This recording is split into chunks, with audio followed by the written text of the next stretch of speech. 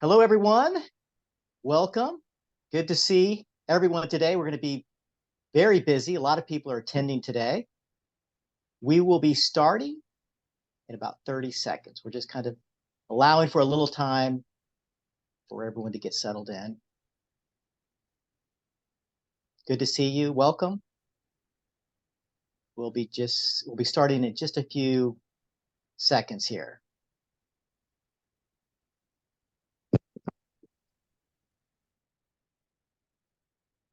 Hello and welcome, everyone. My name is Brian McDonald, and I am the Director of Client Relations for Anjali Education Consultants. And what we are going to do today is spend about 30 minutes outlining how we approach college admissions with specific examples and case studies. And for the rest of the time, we're going to answer your questions. So now for introductions. Anjali Maazel is a former Princeton University interviewer, TED Talk speaker, and college admissions expert. She is also the very proud mom of a thriving 26-year-old now in graduate school. At Anjali Education Consultants, we have helped hundreds of students get into their top perfect match schools, including Yale and Stanford, Johns Hopkins, and Vanderbilt, Swarthmore, and UT Austin, to name just a few. Okay, over to you, Anjali. Thanks, Brian. Hi, everyone. Glad to be with you today. Many of you, I know, are here because you clearly see that applying to college has become much more challenging. And many of you are probably feeling some combination of excitement and anxiety. So let me first begin by just acknowledging that I truly understand these feelings as a parent and a professional. By the end of this talk today, after I outline the specific challenges and solutions, I think you're going to feel not only much more clear and in control of the process, but confident and aligned with what you truly want. So I'd like to begin by telling you a brief story. I grew up in New York City, and I went to an extremely competitive high school. Just to give you an idea, I had about 5 to 6 hours of homework every night, and I really felt oppressed by it all. I did well despite that, but I couldn't wait to get out of there and go to college. My senior year was truly bizarre. My classmates and their parents got together and offered me cash to withdraw my applications after I was admitted early action to Yale. Apart from the unsettling feeling that this gave me, I was not sure that I really wanted to go to that school. I wanted to see which other options opened up for me in the spring. As it turned out, I ended up not going to Yale, but to Princeton instead. But this experience left me feeling really uncomfortable. So when planning my own son's education, I was determined he would not suffer that kind of crushing, toxic academic environment that I had endured, which I didn't feel has served me in the long run. I wanted my son to be happy, first and foremost, and also successful. But how to strike the right balance? The difficulty started with choosing a high school for him. We went back and forth between competitive, well-known prep schools and a small, unknown school that prioritized love of learning and independent projects. I realized that either way there would be trade-offs, but in the end, I chose for him a small school where my son found his passion. And given that I had been an interviewer for many years for Princeton, as well as a teacher who wrote letters of recommendation and gave college essay guidance, you would think it would have been easy for me to guide my son through the college applications, right? Not true. So I hired a colleague to work with him. And after many months, at the end of a surprisingly complicated process, he was admitted into an Ivy League school. But that is not what he chose. He made what some might think was a very unexpected choice. And I'll tell you all about it at the end of the webinar. So what I want you to know is that I have been where you are. Although I knew the system well, when my son applied to college, I had complicated feelings. Like many parents, I was vulnerable to confusion, to frustration, to fear.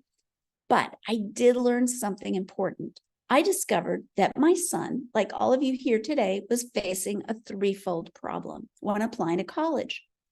Number one, increased competition. Number two, complexity of the application process. And number three, the rising cost of college. Now, what does this look like in practice? First, let's consider the competitiveness. If you were a Texas student in the 90s and graduated in the top 20% of your graduating class, you were automatically admitted to the University of Texas at Austin. Today, you'll have to graduate in the top 6% of your class. If you were applying to Yale in the 90s, you had an 18% chance of admission. Now it's under 5%.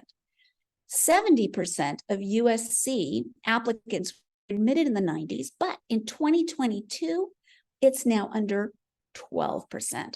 And maybe some of you read a recent Wall Street Journal article about a young woman with an SAT score of 1550, a GPA of 3.95, exceptional extracurricular and leadership positions, who applied to top-tier schools and was not admitted to any of them.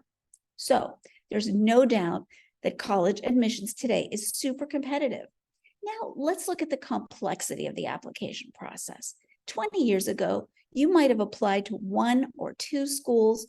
The process was clear, simple, and straightforward. Now, because of all the many moving parts of the application, students are applying to many more schools, as many as 8 to 15 for our students. So there's a lot to stay on top of, and the complexity is increasing.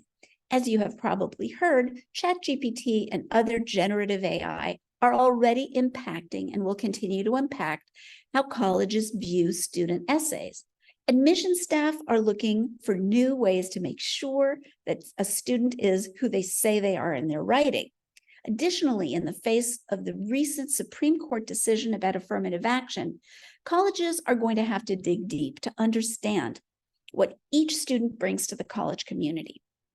At a recent meeting that I attended with UCLA, University of Michigan, Ann Arbor, and University of Washington admission directors, I heard that what matters most in applications to them in the face of these changes is what has always mattered: students sharing their authentic lived experience.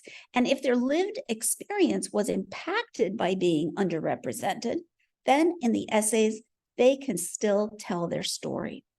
To give you into a glimpse into the complexity, take a look at all the elements that need to be in place for students to have optimal merit scholarships and admission results.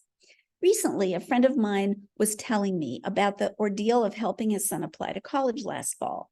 The numbers of different essays for each college, the completely different online applications to fill in, SAT prep, coordinating with his school to send letters of recommendation, different deadlines, recommendation for honors programs, and on and on.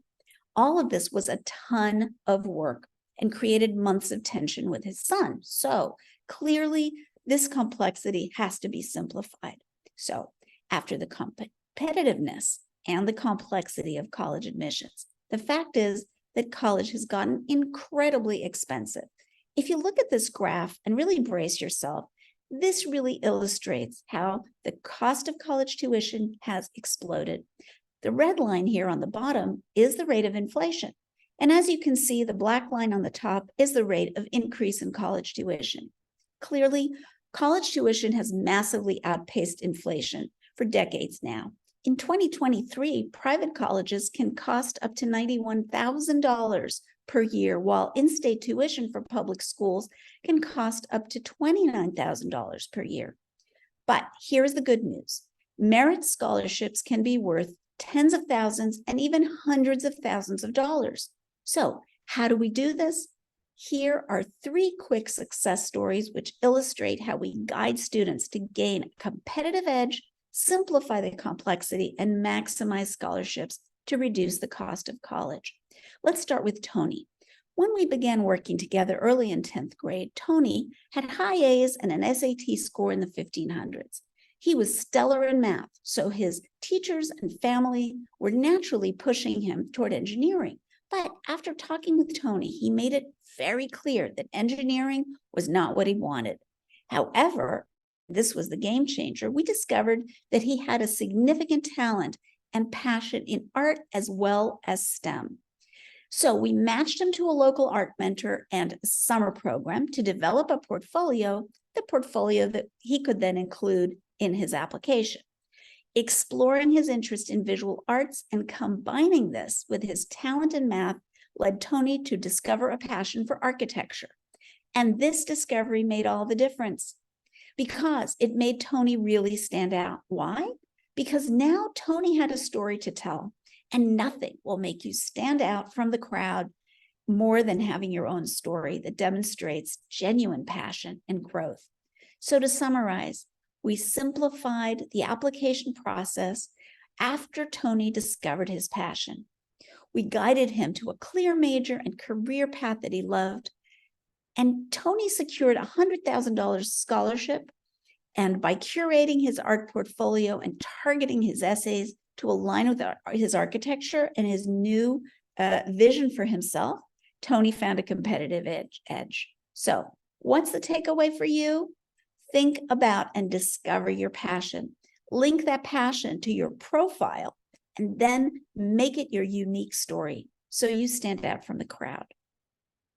But not all of us are straight A students like Tony. Many of us get A's and B's. We might have a down year, get sick, or be in a competitive high school, but we're still ambitious. This was Ellen. Ellen had a B average from a competitive high school, but was confident about thriving in a selective college. We discovered that her GPA had significantly improved over the 3 years of high school through her hard work.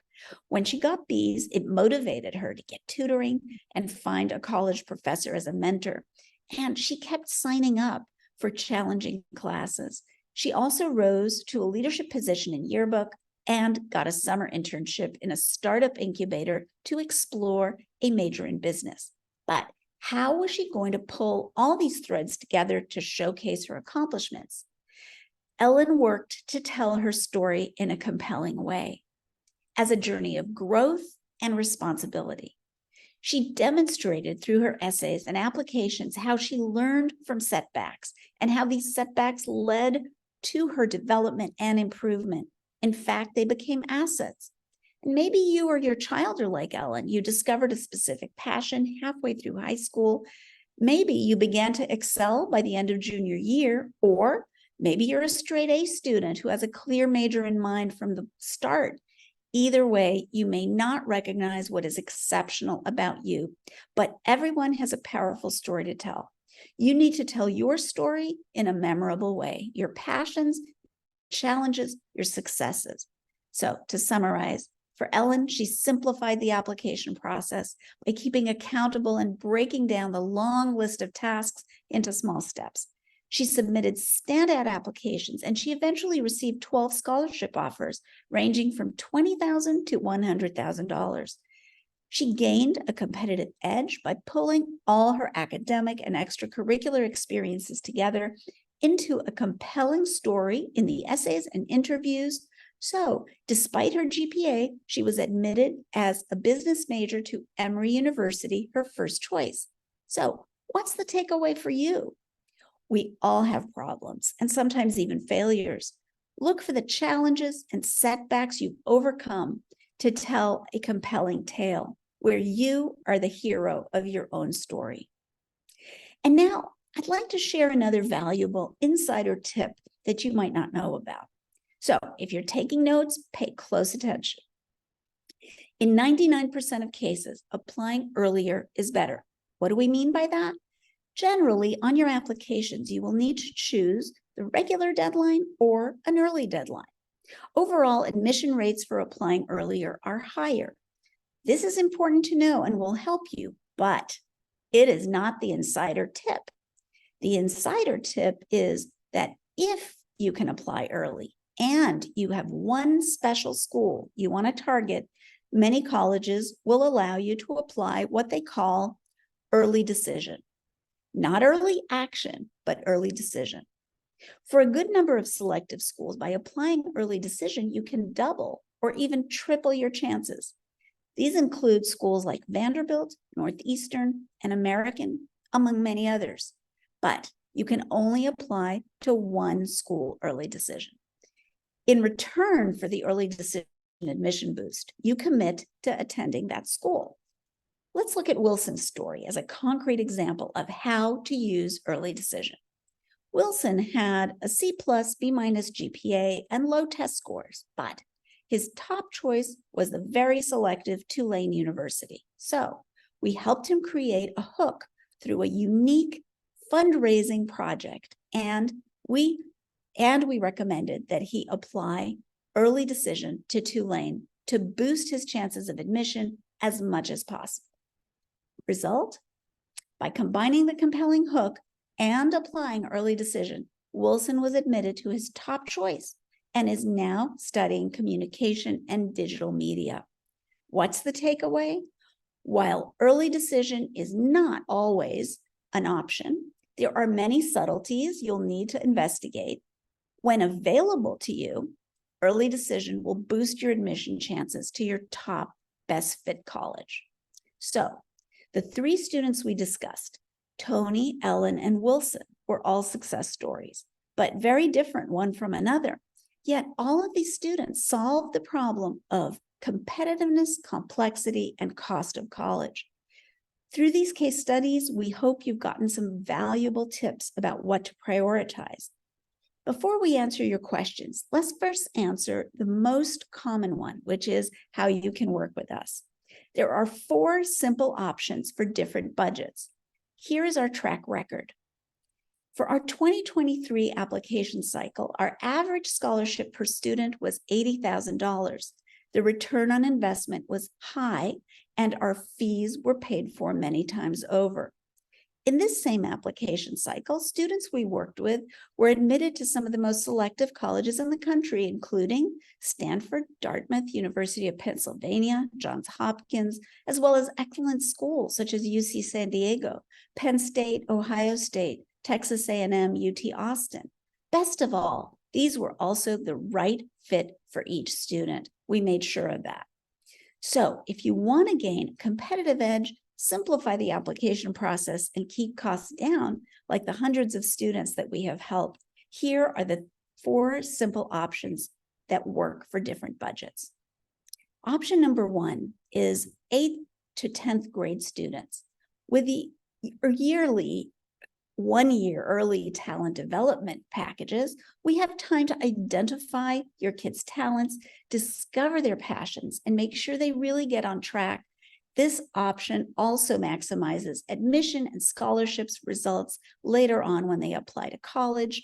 We will help optimize their GPA test scores, extracurriculars, and summer planning, and packages start at $29.97. Option number 2 is for 11th and 12th grade. Our A-list application package, our most popular one, will give you a competitive edge, simplify the complex application process, and keep costs low. It will help optimize essays, SAT prep and testing, and summer planning, as well as demonstrated interest. This package costs $19,997. Option number 3 is for 11th and 12th grades as well. This college advisor package is the same as the A-list package, but instead of working with me, you work with an advisor I have handpicked and trained, and the cost is $79.97. So if you're serious about working with us one-on-one, please sign up for our free discovery session and bring your questions. Students, please have both parents with you, so sign up for when they're available, and parents, please bring your spouse. Camilla, our wonderful moderator, will drop the sign-up link in the chat now for one-on-one advising. And we have one more option. We understand that for some of you, a one-on-one advisor is just not affordable. And we also know that some of you are do-it-yourselfers. So here's the good news. We designed a state-of-the-art online program especially for you, True You College Admissions. Our team has put together the optimal step-by-step roadmap you can follow. We've implemented these insider strategies with our clients for the last decade, and now you can access them on one platform. The retail price is $1,100, but for a limited time for NSHSS members only, you get a $400 discount, which lowers the price to $697. Visit trueyoucollegeadmissions.com/NSHSS to learn more. Hannah will now drop this dedicated link in the chat for the online program. So you've got two links. The first one is for one-on-one college advising, and the second one is for the online program. And Camilla very kindly is going to drop them both again in the chat. At Anja Education, we are committed to increasing college affordability. So if our online program is still too expensive for you, please visit truucollegeadmissions.com/scholarship and apply for free access today. We are awarding 3 scholarships to NSHSS members. Before I answer your questions, I want to finish the story about my son who applied to college a few years ago. At the end of the process, as I mentioned, he did in fact get into an Ivy League school. But that's not what he chose. Instead, after a lot of research, investigation, deep reflection, and a visit to campus, my son chose an amazing college, Carleton, in Minnesota, which you may or may not have heard of, but it turns out employers, graduate schools, and prestigious fellowship boards know very well. It was by far a better choice for him than the Ivy. At Carleton, my son got more attention, classes were more targeted, his professors advocated for him. He really stood out. And after his freshman year, he was awarded the Orion Mission internship at NASA and a second Orion Mission internship at NASA the following summer. Today, he's in graduate school at an Ivy League college and tells me that in retrospect, although some disagreed with his college choice, this was absolutely the right decision for him. And best of all, for me as a mom, he's happy and thriving. So, parents and students, you may be anxious right now, but I can assure you there are many roads to success. Please remember that college is not a destination. The college application process can help you begin to discover your purpose, a great first step in designing a life of meaning and financial stability. And that's what I wish for all of you. So now let's see what questions you're asking. As I start to answer them, Camilla, would you be kind enough to please drop both sign-up links again in the chat?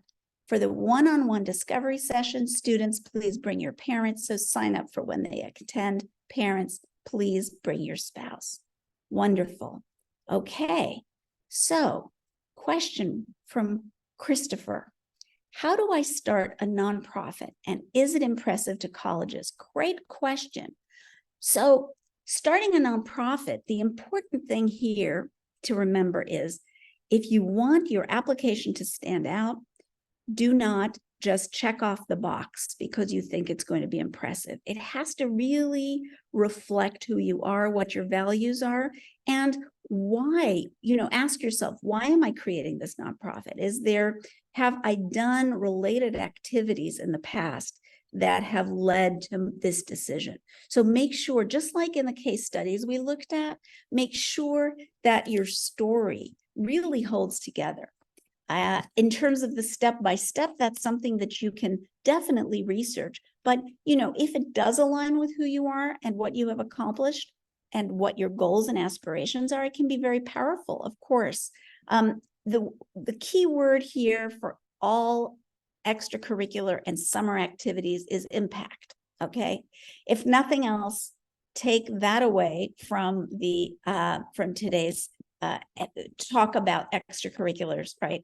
It's have you impacted your community? Have you used your talents in a way that benefit not only you, but whether it's your school community or local community or world community?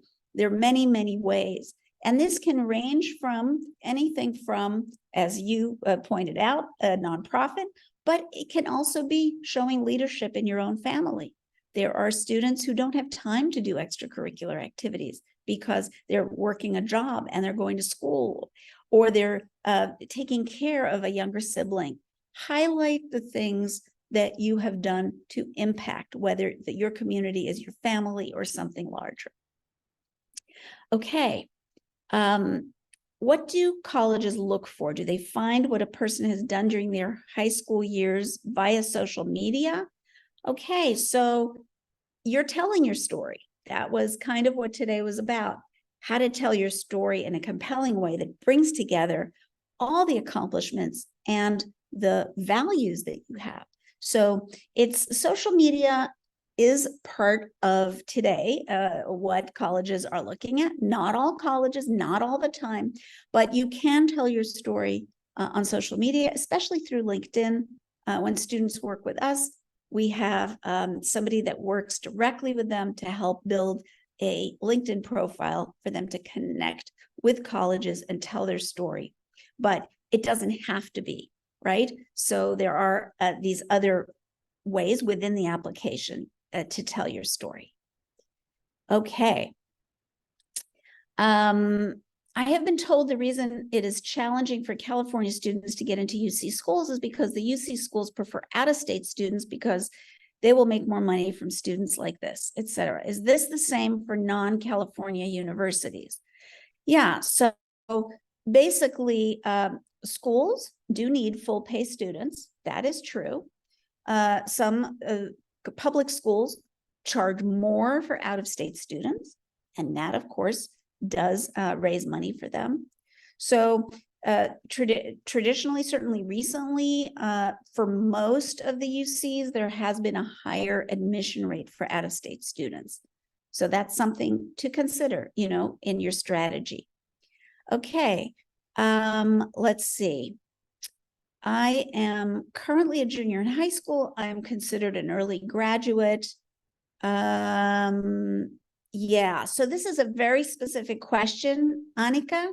I'd be happy to answer that. Just you know, contact us offline because this is a very kind of specific question. What if I apply, Robert? What if I apply early? What if I apply early decision for Princeton and don't get accepted? Well, first of all, Princeton doesn't have early decision. You know, as you might have noticed from Wilson's story, early decision is binding. That means if you are admitted, you have to absolutely apply. So you have to absolutely attend. So but Princeton offers a restricted early action, which means that you can only apply early to them and no other private schools. However, you can apply early restricted early action to Princeton, and you can apply early action to public colleges. Okay, the distinction is between private and public colleges. Now, if you're not admitted, let's say you're denied to your early decision school or restricted early action school, the idea is cast your net widely. Submit multiple applications. That's why we mentioned in the talk today, students are applying to more colleges because the landscape has become more competitive. So protect yourself by applying to colleges in a balanced college list. That means some likely options, some target options, some reach options, and you can apply to some lottery options. What we call lottery schools are schools that have a very low admission rate. So there are techniques that you can use. Be strategic. Think about the big picture. Definitely don't just apply to one school. Okay, how do you apply early decision if you're not aware of financial packages from other schools at the time of applying? Laura, very good question. That is the essence, one of the essence or side kind of effects of early decision. Basically, you know, you may have some negotiating power if you get a financial aid package from the school you're applying early decision to. You may be able to talk to them a little bit, but you're not in a super strong position to negotiate for financial aid. Early decision is really great for people who are prioritizing the admission part of it instead of the financial aid part of it. Now, having said that, there are you know, some of the Ivies, for example, some of the most selective schools in the country, if you do not have the funds to attend, they don't offer merit scholarships. They offer scholarships based on financial need. So you may actually be in a really good position. The people who are a little bit at a disadvantage are not the ones who need the who get that financial aid, but those who are in a higher income bracket and they don't quite, they don't qualify for financial aid, but they still, need support. And that's where merit scholarships come in. But for the most part, the Ivies and Ivy Plus colleges are not the right choice if you need the non-income based financial aid, which is called merit scholarships. Okay.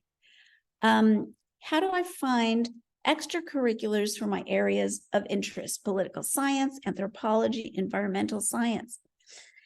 Absolutely good question. So really what you want is to come up with a list of possibilities. And these, typically the students that we've worked with who've had really good admission results, their extracurriculars that are aligned with their interests have ranged from things like research projects with a mentor, and you can get free ones through a local college. Sometimes if you connect with professors, that can be great, or there are for pay programs. They've done outreach programs with a mentor. Again, even on the Common App, there's something called U-Strive mentors. Those are free. So you can actually find a mentor who can guide you through the extracurricular portion. That can be an option. You can also volunteer at a nonprofit that is aligned with one of your interests. You talked about political science. You might consider finding out about some of the nonprofits that deal with human rights, for example. There are multiple ways to not only build your profile, but start to really understand what you want to do as a major, as a career. There are, of course, study programs as well. Often they are for pay, but it can be very useful, especially when in the beginning of high school, when you don't yet have a clear idea of the direction you want to go in. Studying over the summer can be another great one. So, that gives you an overview. There are others. There are, of course, clubs, leadership positions in your high school. And as I said, within your own family, you may take on a leadership position. So there are many, many different ways and this is kind of the center really of what we do when we work with students, is help to build their profiles. Okay, what do you mean by a hook? This is something, the hook is something that sets you apart. It's something that where everything that you have done kind of fits together, and it's a kind of distinguishing aspect of your application. So in the case of Wilson that we described, his hook was creating these fundraising. They ended up being fundraising concerts because he was a musician, but he also turned out to have a real talent for event production. So when COVID hit, we recommended to him that he try to, because he had, he felt very responsible with the first responders that were dealing with everything that was going on.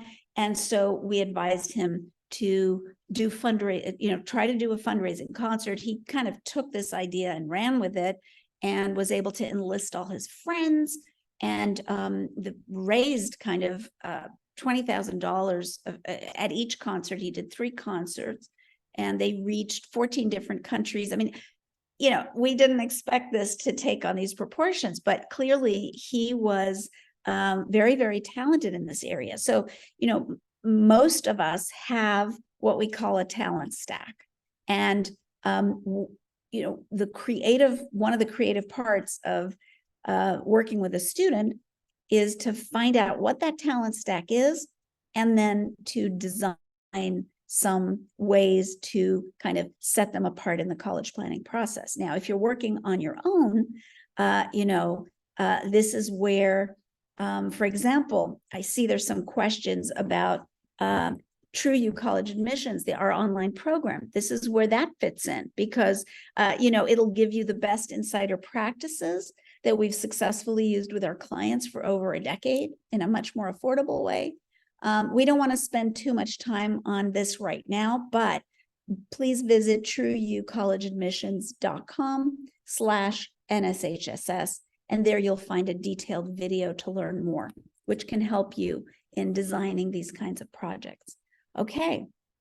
If I choose Margarita, if I choose not to submit my SAT scores, will that decrease my chances of getting into a good school? So, we have been on many admission sessions with admissions, directors of admission, and the consensus is it's not going to hurt you, right? On the whole. Now, will an SAT score that's at the top of the mid-range of their previous year admitted class, kind of at the top of the applicant pool, will that help you? Yes, absolutely, it will help you. But, if you're not a good test taker, if you haven't managed to raise your scores the way you want, and you're not either in the middle or at the top of the 50th percentile, you might consider not submitting your scores, but focus on the other aspects of the application. That's why they call it holistic review, because they're looking at all the different aspects that you submit, essays, etc. So there also are other ways, to do this, but that really is the main thing. If you're at the bottom of that 50th percentile or under, there are just a few cases when we recommend students do send, and that's if your GPA is quite low. Then even if you're at the bottom of the 50th percentile of the SAT for that particular school, it's still a good idea because it shows them that it shows them the college readiness. Okay.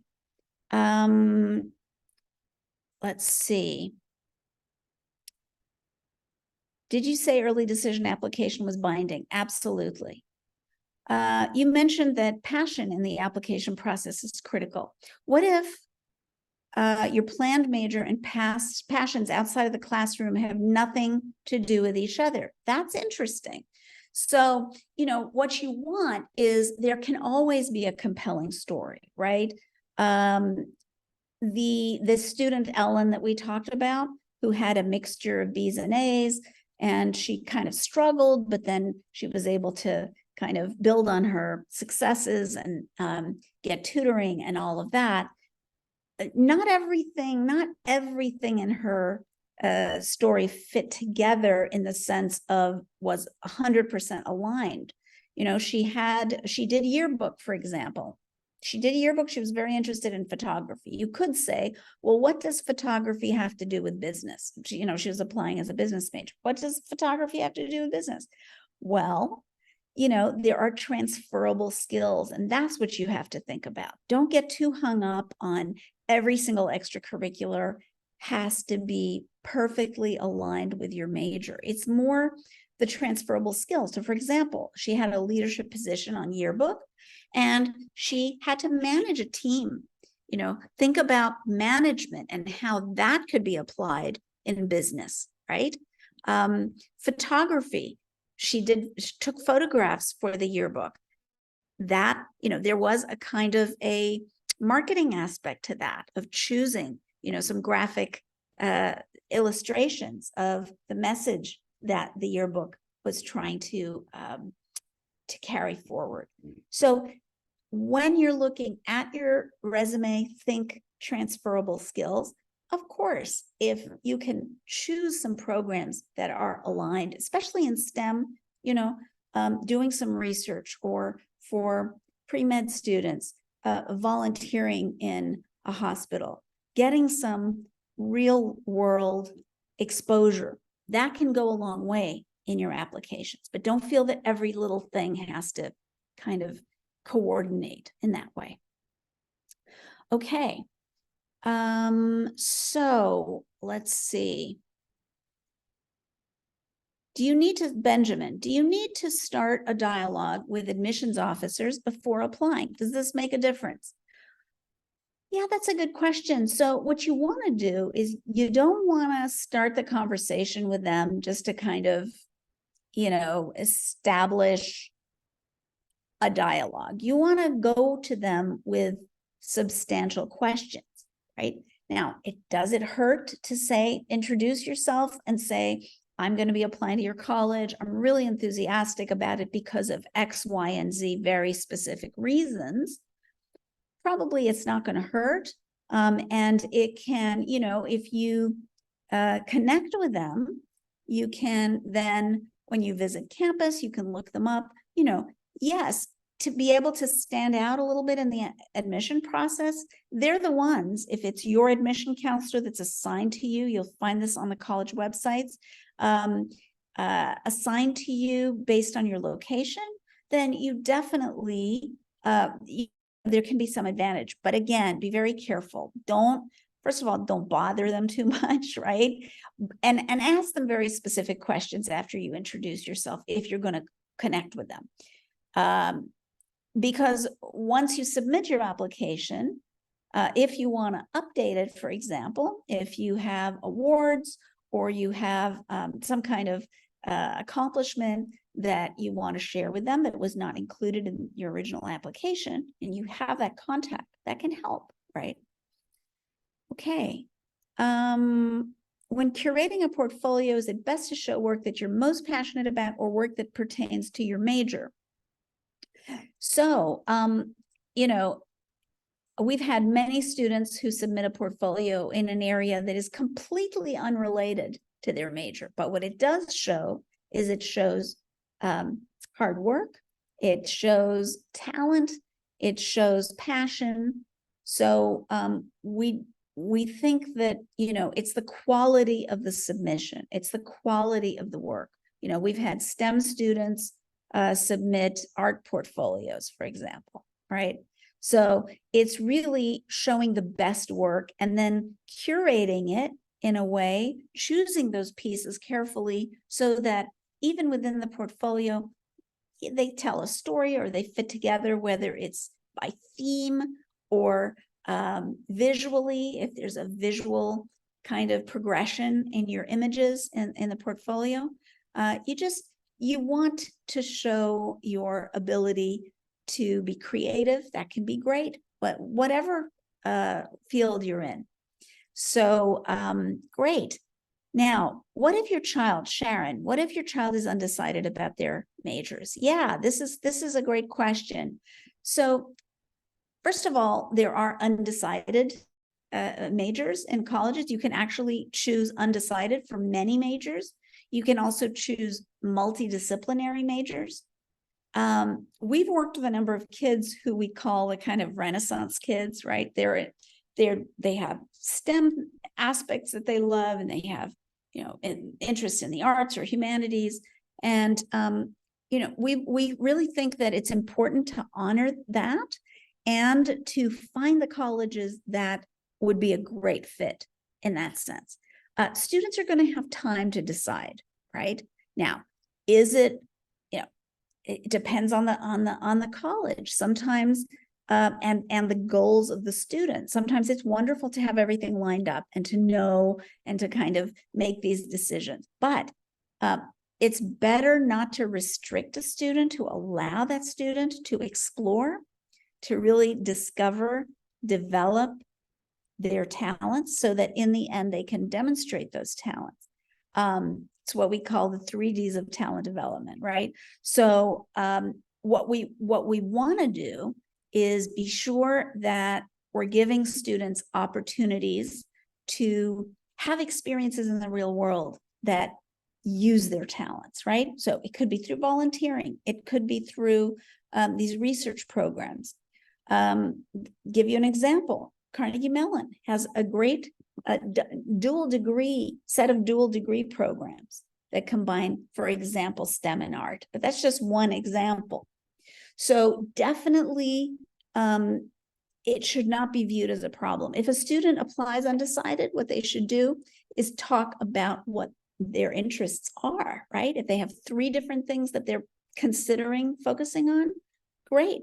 If, and there's some colleges that allow you to create your own major.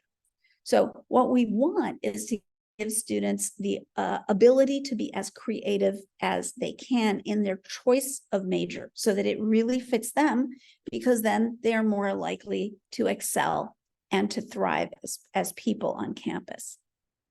Okay. Let's see. If I wanted to take a gap year after high school, could I still apply to college now in my senior year? Absolutely. So there are two options for gap year, right? One is to wait until the fall after you graduate. So if you're a senior now, it would be next fall and you would just apply then.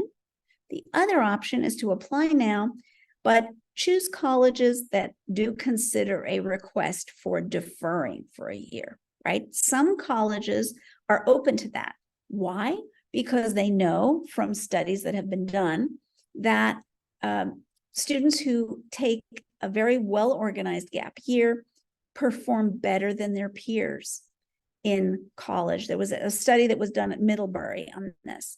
And so don't think you can't take a gap year, but be very careful, choose colleges. If you're going to apply now, choose colleges that are open to the idea of deferral. Generally speaking, colleges don't promise you that they'll give you a deferral, but there are some colleges that state very clearly that, it is a possibility.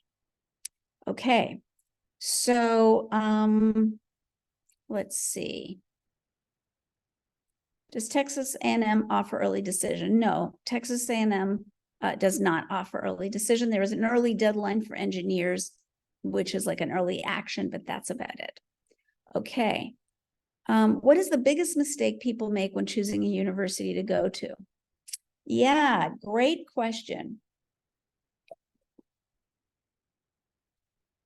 So absolutely. So the biggest mistake I think that people make when they're, choosing their colleges is to focus on name rather than fit. Fit is so incredibly important because when you think about it, it's the next 4 years of your life, right? So you want to go somewhere where you are going to thrive, where you're going to find your tribe, where your goals, your aspirations are really aligned with the schools. And we are so lucky in this country. There are so many wonderful colleges. So think about that. Think about, do that really in-depth research, because that is really going to help you so much to craft a college list that aligns with who you are, what you want to accomplish. And that will be the best guarantee of you being happy in college, which is, would be ideal, right? Okay, so how soon do I have to sign up for TrueU with the NSHSS discount? As soon as possible. This is going to be a limited window, just as soon as possible. Okay, wonderful. So let's see. Okay. I will stop taking a foreign language after taking it for 3 years. Oh, Margarita, if I stop taking a foreign language after taking it for 3 years, will that look bad on my application or lower my chances of being accepted into a college? Yeah, good question. So I think what you should think about, most colleges now, even the most selective ones, they're saying, some of them are still saying we recommend 4 years, right? Most of them are just saying 3 years that they recommend. And it usually is aligned with what your high school offers. So the important thing is to ask yourself, what major are you thinking of doing? If you know, if you're going into STEM, languages are probably going to be less important. If you had to make a trade-off between doing a high-level STEM class, if you're going into STEM, and taking a 4th year of language, I would say do the high-level STEM, right? Think in terms of being strategic with what you are planning so that your decisions really make sense, so you have a strategy. Okay. I I have a few strong extracurriculars, but they're all in the same area, computer science. This is from Maria. Should I continue developing these or also look to branch out? Well, the important thing is to do something in depth. We recommend going deeper, not wider, right, on the whole. But what we also want is for students to enjoy their high school experience, right? It cannot just be an exercise in resume building, because that's a killjoy, right?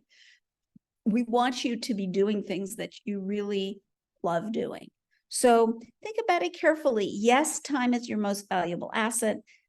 You don't have time to do a ton of things, but if there is something that you really love doing and you're sacrificing it because you think it's not going to look good on a college application, definitely think twice.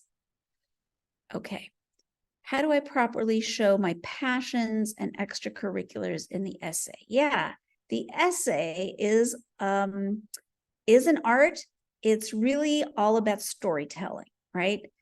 There are more or less impactful ways of telling your story. Remember who your audience is. Most admission readers are 20-somethings. That helps to also know that your audience, most are 20-somethings. Also, we want to grab the attention of the reader. So, we talked about hook in terms of extracurriculars. There's also a hook in your essay, which is the first sentence and the last sentence should be really, really strong. So what you want to do is, if you're telling a story, be sure that you start out strong. Don't build up to it, because admission readers spend kind of an average of about 12 to 15 minutes reading each application. So, and sometimes, and I've been in sessions where they clearly say, we read the first sentence and the last sentence of each paragraph. So you got to make those count. That's a kind of super easy tip to start putting into practice. Okay. Is it okay not to have a full 10 activities on my activities list on my application? Yes, it is. Absolutely. Don't sweat this. Make sure that at the top of that list on the Common App, you have the most important activities where you've spent the most time and have had the most impact. That's key. And also that are hopefully at the top, kind of aligned with your major. Okay. All right. Should I focus more on academics or extracurriculars? Sophia, this is a question we often get, right? So the most important criterion that colleges use to admit students is academic, the rigor of your curriculum, right? If you've challenged yourself. But here again, you need to balance it out. You want to do well while challenging yourself. And you need to protect your well-being. More, like piling on APs just to kind of game the system, or it can be a lead to nowhere, because if you burn out, that's not good. Now, the balance between extracurriculars and academics, ideally, you're going to have one or two areas in your extracurriculars that you've really gone to in depth, right? And balancing your time is one of the most important things when you're in high school and college, to take care of your well-being and make sure that you're healthy. Challenge Success is a great nonprofit. You can look at their information on how to have a healthy approach to high school and admissions. Okay. The tips for getting as many scholarships as possible, it's everything we said today. Okay, you're asking for those tips.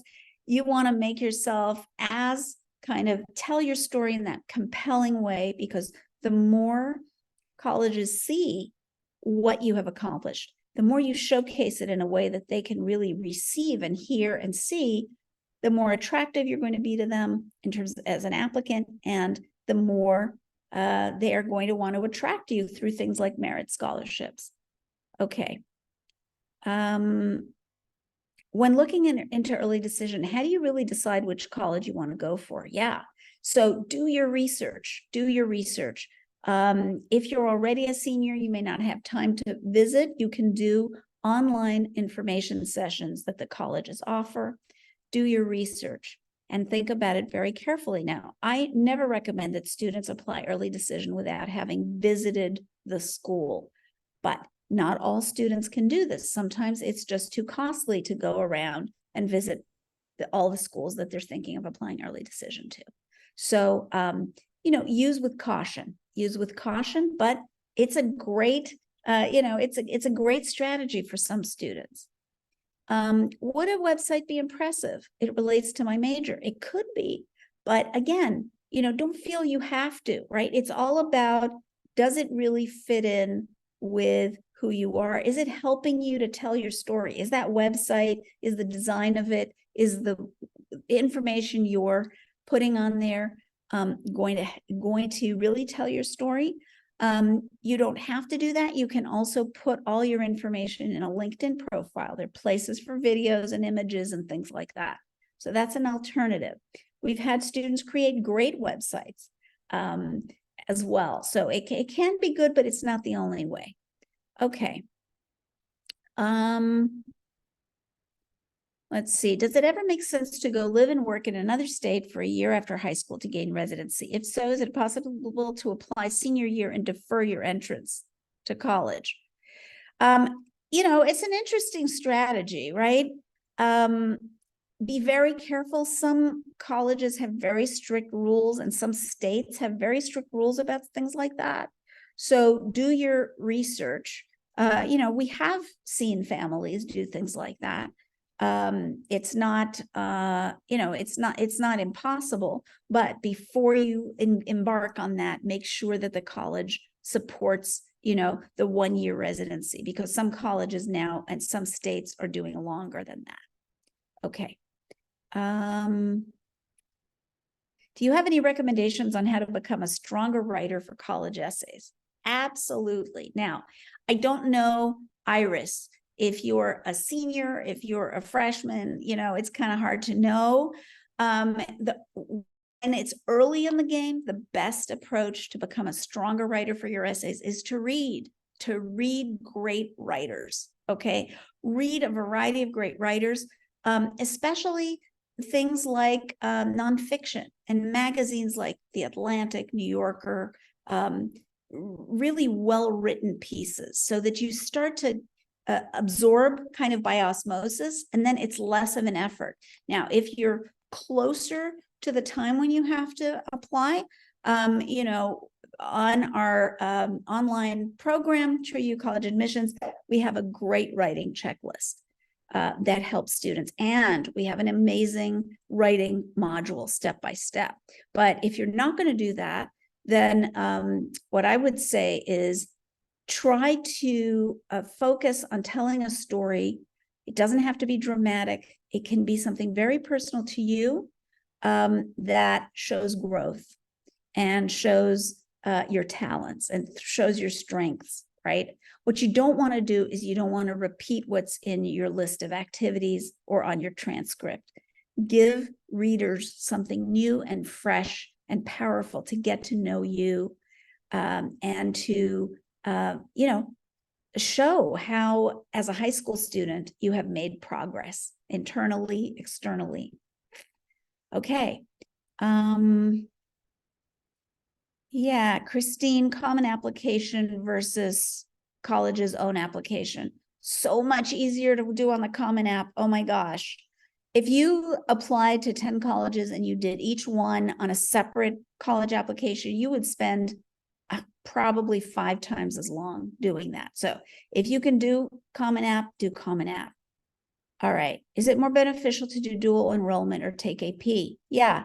So dual enrollment, often, if it's not a local college, the college may not give you college credit. That's the trick. AP is a little bit more recognized. But once you have your college list, check, once you know more or less the colleges. Now, of course, students, when they're making those decisions in 9th and 10th grade, they don't have a list of colleges, right? So it's kind of like you kind of, have to think ahead. But If you're thinking of going to college more locally, generally dual enrollment is fine. But community colleges, local community colleges, sometimes those credits don't carry over to a college in another state or a private college. So look into that. Okay, well, we're nearly done. And we really, really hope to be able to connect with you again soon. And thank you so much for coming today. Very grateful to have this opportunity to share some tips with you, and really wishing you joy in your learning and in your life. Bye.